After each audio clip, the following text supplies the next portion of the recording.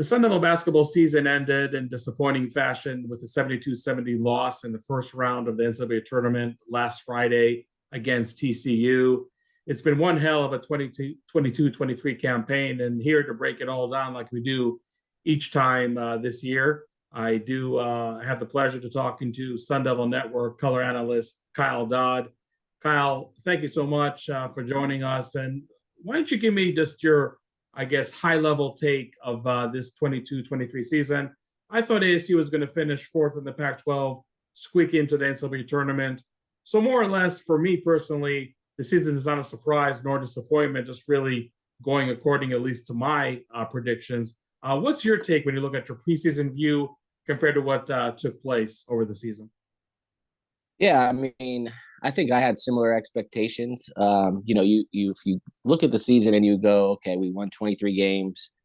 We really, we're within a point of going to the second round, which I think we could have given Gonzaga some problems just athletically and lengthwise. Really played well enough to win that game, obviously, the other night. 11 games in the Pac-12 we win. We had 3 Pac-12 road sweeps. 7 true road wins, 13 wins away from home. I mean, I think it was a hell of a season, and I couldn't be prouder of a group of guys and coaching staff. This was my favorite group since I've been doing this. I mean, I don't know. I say that now because it's fresh. I had some, had some fun years. But yeah, just to me right now, like I loved this group, and I was rooting for them so hard because what they did at the end of the year, with their backs against the wall and a lot of our own fan base doubting them, it was incredible. They, for several weeks, not just like one, it wasn't like, okay, you got to perform in the Pac-12 tournament. It was like 3-4 straight weeks where they had to get it done, and they did. And I was really proud of the coaches and the players. I know usually we start our conversation with the offense, but I think this defense definitely deserves its due. Figure-wise, I got to believe that if this wasn't the best defensive performance under Bobby Hurley and Tempe, it definitely comes pretty darn close to it, averaging 68 points per game. Is that something that you foresaw in the preseason? And whether the answer is yes or no, what do you think allowed ASU to really play some elite defense on many nights? Yeah, I mean, I remember Bobby telling a lot of us last year that that team had a lot of, a chance to be his best defensive team, and it was a good defensive team. But I knew right off the bat this year, I was like, man, these guys are long, and these guys are athletic, and these guys are active, and they can move their feet. And I mean, they guarded the basketball. Frankie Collins heated up the ball. Austin Nunez off the bench heated up the ball. DJ has always been an underrated defender. Dez, as good as he is offensively, is an underrated defender. Devin is just a junkyard dog. Creates problems for everybody. Zoe, provides, some very big time length and rim protection off the bench. And then Warren was a rim protector that we've never had. We haven't had that in a long time here. So it's just like the perfect match of guys, all the guys coming off the bench. I mean, Lou did an incredible job on the ball when he came off the bench, and Jemiah, and just down the line, it was a really good defensive team. And I think they hung their hat on that. And I thought always this year when they were going well, they were getting out defensively, getting steals, getting out on the break, throwing lobs. It was just a fun brand of basketball when they had it going on the defensive end. I don't know if I would say the offense, quote unquote, suffered because of the defense, but averaging 71 points, I would say that's pretty much an anomaly for a Bobby Hurley team in Tempe. What did you see from the offense? Because obviously some nights were better than others. Some nights the defense definitely carried the offense to victory. Is there anything you can put your finger on to attribute a maybe less productive offensive team under Bobby Hurley? Yeah, I mean, I think part of it is they played so hard on the defensive end that, there's not a lot of energy left the way they guarded sometimes. But, it was there's no secret when we were making shots, when DJ was hitting shots, when Dez was hitting shots, we could beat anybody. And I think they struggled shooting the ball at times this year. And a lot of that too is, again, in the world we live in, incorporating all these new players to have to learn to play together, and your defense is going to be ahead of your offense in those types of situations. And I thought late in the year, that's why we were so dangerous. I could tell they were starting to click. The flow was better. Guys knew where guys were going to be. guys were making the extra pass, the one more pass, and playing unselfishly and getting the ball into the post to Warren and all the things that they needed to do to be successful on the offensive end, they were doing, and that's what I thought made them scary. I don't think anybody wanted to play us. I promise that.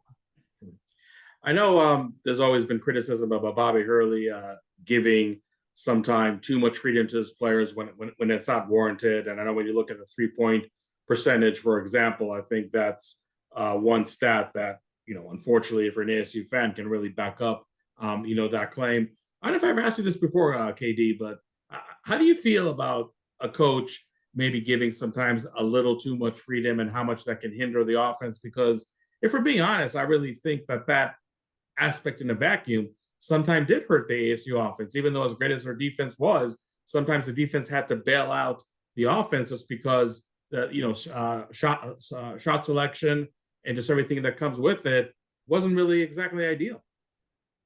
Yeah, it's a tough balance because I think this is why kids love playing for him, and this is why they play so extremely hard for him, because he does trust them and believes in them and gives them freedom to do some stuff that sometimes as fans we go, wow, that was a bad shot.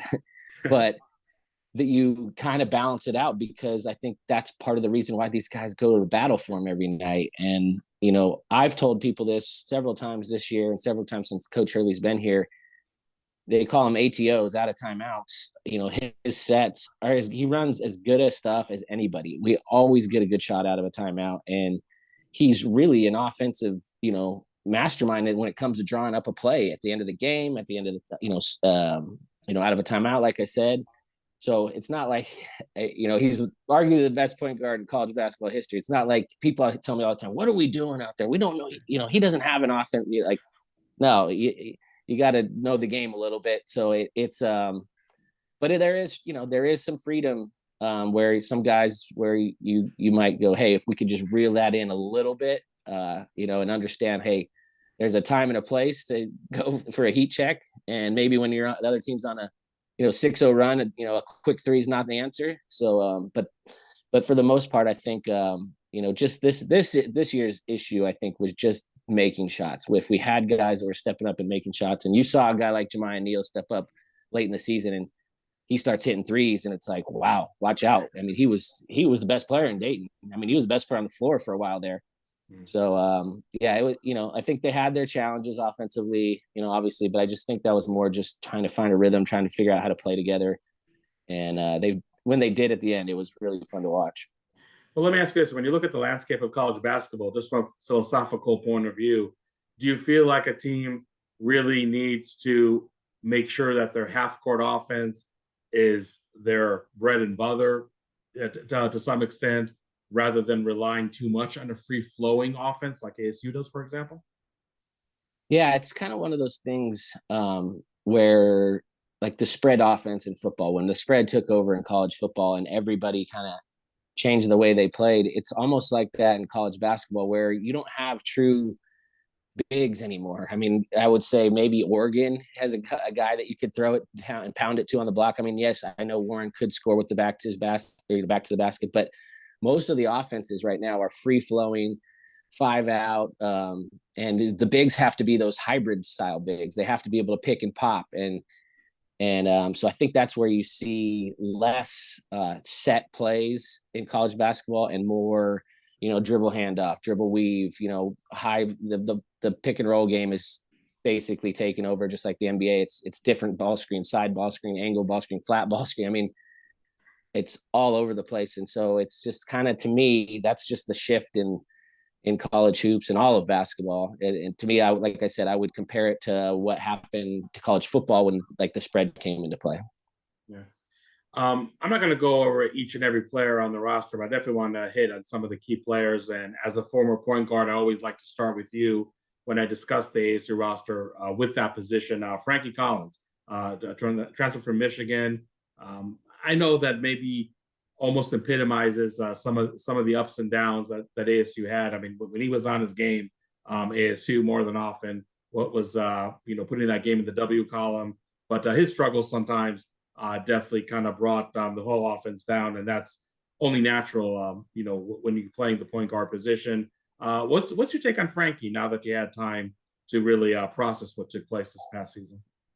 Yeah, I mean, Frankie's a dynamic athlete, man. He's a strong kid. He's quick. Nobody can stay in front of him. He's explosive. We saw the dunk the other night. I thought Frankie lacked a little confidence the last several games on the offensive side. He always gets after it defensively, but early on in the season, I thought there were games where he just picked his spots. Okay, I need to be aggressive here. Okay, now I just need to run the show. And I thought he had a good balance. He was taking threes. He was making some threes. I don't know that I saw him take a three in weeks. And I think, again, I just think I could see it. He just lacked a little confidence late in the season on the offensive side. And I think Frankie is a heck of a player. I think he needs to believe in himself in his offensive game. Nobody can stay in front of him. And I thought that was what shifted the game around. And honestly, the TCU game, he had a couple just drives to the bucket that when we were trying to figure things out offensively, I thought we were nervous a little bit. And then he, got in the lane, and which is huge. You get a paint touch, he finished a couple, and then all of a sudden things started flowing and opening up for the rest of the team. So I think Frankie was a huge part of this group and a heck of a point guard. I do think there's a lot of great basketball ahead for him. And I think, if he can gain some confidence and really work on his shot and be confident in who he is, I think he could be a really good point guard. I stated in the preseason that I thought Des Cambridge Jr. would be the leading scorer on the team. And if you remember at the beginning of the season, it didn't look like that at all. I thought they had just a little rough transition over there for a good part of the non-conference slate. But man, there was a point late in the non-conference slate and definitely Pac-12 play that he just absolutely put on the show. I believe is the only player among all Pac-12 players that actually did win Player of the Week 3 times. And this is obviously a league full of very, very talented players. So to me, again, when I talk about surprise, disappointment, or really just things happening according to expectations, to me, Des Cambridge absolutely delivered as I expected. What's your take on what you saw from number 4? Yeah, Des, man. I mean, I'm super bummed. I could tell you this: my son, Taylor, my son Tay, that comes to all the games with me. He is distraught the last couple of days. First of all, but the main reason is he loves Des. I mean, that was like his guy, And I'll tell you, I feel kind of the same way. I mean, for a guy that was only there 1 year, he was, I think, probably one of our best interviews ever. He was, well thought out answers, very smart kid. And man, that dude he just had some serious stones, man. He had that ability, flair for the dramatic. And I thought the Colorado game, when he hit the 3 to win it at Colorado, that really opened things up for him. I think he almost kind of exhaled and said, okay, I relaxed. And what's funny is Casey Jacobson, a buddy of mine, and he was announcing the game on TV, and he told me at shoot around, he said, man, I did so many of Dez's games last year in Nevada, and I just saw him fill it up. And when he gets hot, he would just go, and I was like, yeah, we haven't seen it yet, but I've heard that, and then from that point on, we saw it a lot, and man, like I said, what a great kid. And what a pleasure to be around. And yeah, I mean, he gave us all probably the best. He gave me the best moment in my life of Sun Devil basketball. I wasn't even on the floor, but that was great. And obviously he'll be a Sun Devil for life. He's up there with Z as far as man, I just wish we had him for more than 1 year, I mean, just real quick, does it remind you of Eddie House a little? Oh yeah. I mean, he definitely, Eddie did a little more talking, but yeah, Des, he could fill it up, man. And when he got going, you saw those games that it's like other teams were like, oh man, because he's a tough shot maker. He hits tough shots, so it's tough to guard. And as I mentioned, when Des was struggling, sometimes I did bring down the offense, but I thought that DJ Horn, more often than not, in those instances, really, really stepped up. And I thought that in the postseason, DJ definitely was hitting his stride. Do you think it's only natural that with Des going off more often than not, that maybe forced DJ to take somewhat of a step back, even though I don't think DJ had a bad season by any means? Yeah, I mean, DJ and Des, you could tell when they were playing well at the same time. Again, I don't think we couldn't beat anybody in the country when those two were playing well at the same time and shooting the basketball. And DJ, man, he obviously had that stretch of the middle of the season where he got suspended, and I thought once he came back from that, he was a different player, man. He was just really fun to watch, and again, just a good teammate. And he hit some big shots, late in the season, and he took over games sometimes when we needed to. And I mean, Stanford hit a big three, at Cal. He hit a big three, the other night to tie it up. He hit, big shot after big shot, huge three at U of A to take the lead in that last minute. So yeah, I mean, you look at between Dez and DJ, they hit some big time shots over the course of this year in some big time moments, and I think that's why our record was so good in close games. You talked about Warren Washington being a rim protector. I would say easily the best rim protector since Jordan Bashinsky, almost 10 years ago. Again, I mean, to me, somebody that just really came as advertised. I don't mean in a negative way, but I think exactly he delivered on exactly what we expected him, to deliver on. But there was always that knock that whether it's Warren's own doing or maybe just the game plan going into any given contest is maybe not getting involved enough or not getting involved early, especially when teams would throw the zone at ASU and dare them to shoot from the outside instead of being more patient on offense. What would you think about this Warren's play overall? And are we kind of looking back and saying like, man, he probably should have been utilized much more than he was? Yeah, I mean, it's tough. Again, like it goes back to my answer earlier on just kind of the way the landscape of how teams play right now in college basketball. You don't throw the ball to the post a lot anymore. But that being said, I did think there was games where we made an effort to do that. And I said on the air plenty of times, every time Warren touched it, generally something good happened. Mm-hmm. Excuse me. I think he was a great passing big guy. He was really could, really share the basketball, saw the floor well. And then, he could score down there. So I think it was like I said, every time Warren touched the ball, good things happen. And yeah, he probably, could have touched it more, but overall, what a team guy, again, unselfish, did all the little things. And man, it was nice to have him in a Sun Devil uniform too. Again, we could talk about a lot of players that contributed off the bench, and I really thought the bench play, especially in the last handful of sore games, has been really, really good. And when I looked at this team in the beginning of the year, I thought that it's not so much only level of talent, but the depth that this team had is probably the best depth that Bobby Hurley had with any ASU squad. Two players I wanted to talk to you about real quick, KD. Well, let's start with Austin Nunez. Really sucked for the freshman that he was not able to play since February 18th. Got closer and closer and closer. And maybe if ASU was lucky enough to be in the Sweet 16, we could actually see him on the court for the first time in over a month. But when we did see Austin on the court, what did you see from, I thought, a very promising young player? Yeah, Austin was a heck of a competitor, man. He's another guy that you just felt like when the lights were on, he was even better. He was not afraid of anybody. He was not going to back down from anybody. He was going to get in your stuff as the minute he got into the game. And I think Austin's a good offensive player too. I think he took a little bit of a back seat this year, just trying to, figure out his spots and coming off the bench. And his job was to heat up the basketball and bring energy. And he did that perfectly. I thought he played his role perfectly. He's one of my favorites too. I mean, he really got after people. And I go back to that Washington game, and I know we lost, but I mean, for a freshman to step up, and it's not like he rattled any of those home. Like he just ripped all three like nothing. And he's just a tough kid. Got to know his dad a little bit, who's awesome, just a great dude. And there's no, it's clear where Austin gets it from. He's got a good family, and he's a great kid and has been awesome with us in the interviews and stuff. And then, obviously we were super bummed for him to not be able to play late. Yeah.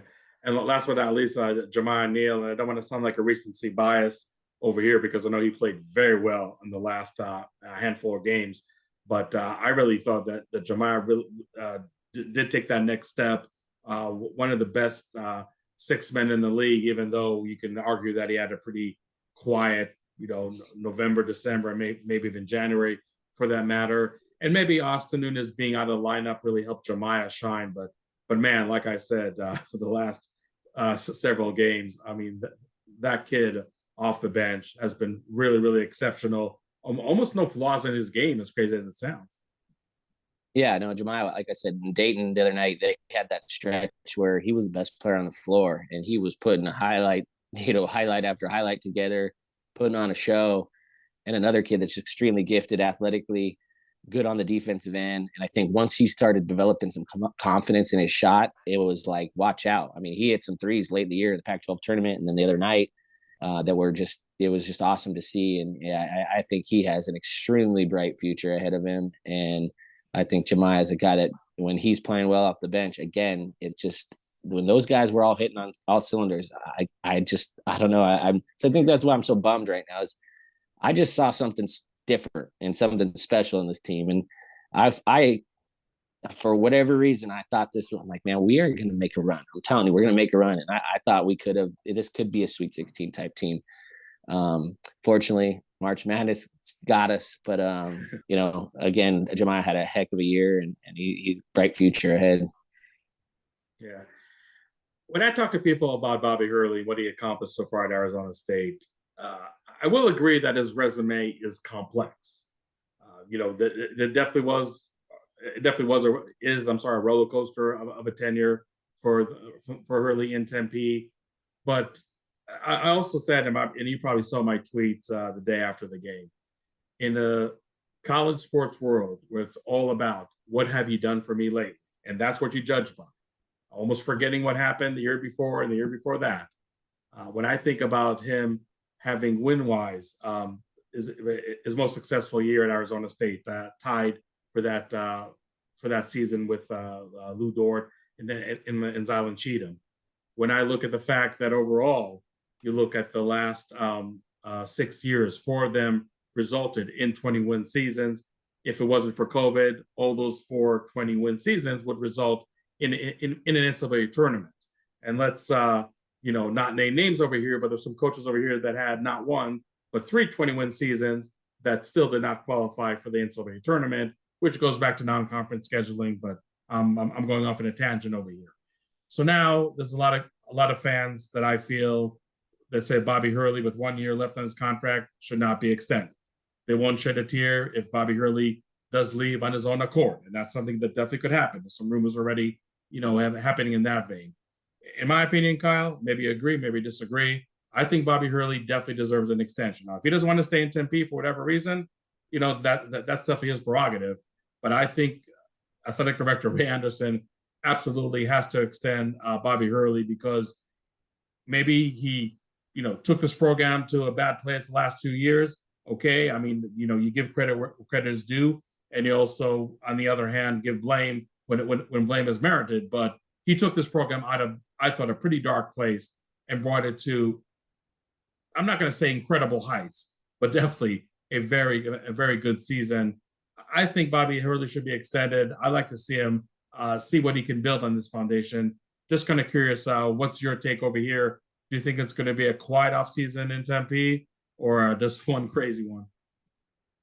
I don't know, how it's all going to play out, but I will tell you this: anybody, and I'm going to be blunt, anybody that thinks that Bobby Hurley should be gone, they should be gone, in my honest opinion. And if that pisses people off, it pisses people off.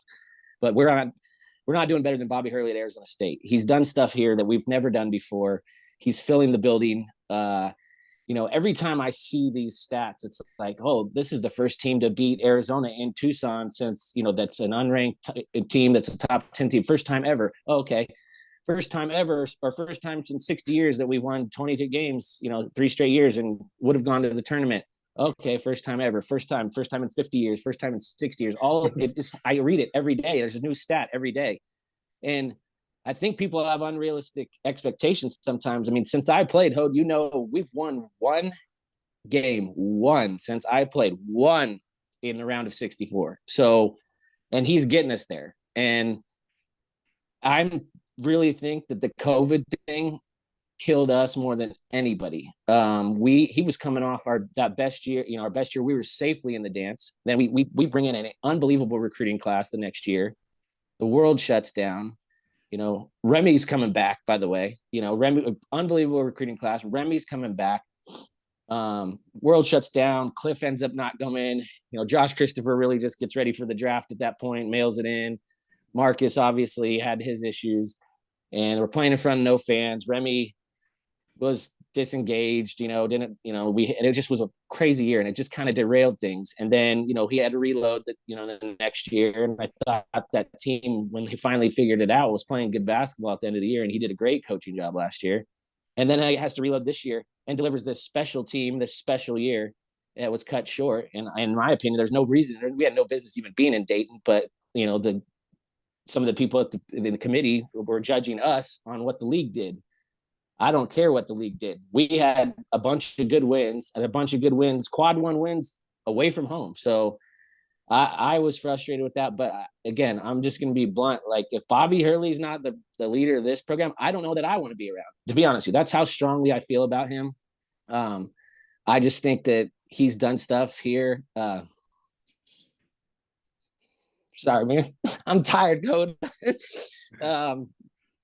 I think that I'm so proud to be a Sun Devil right now. Like, I am. I share it with my kid, and who loves it. And I'm sorry, I'm super tired, from this whirlwind of.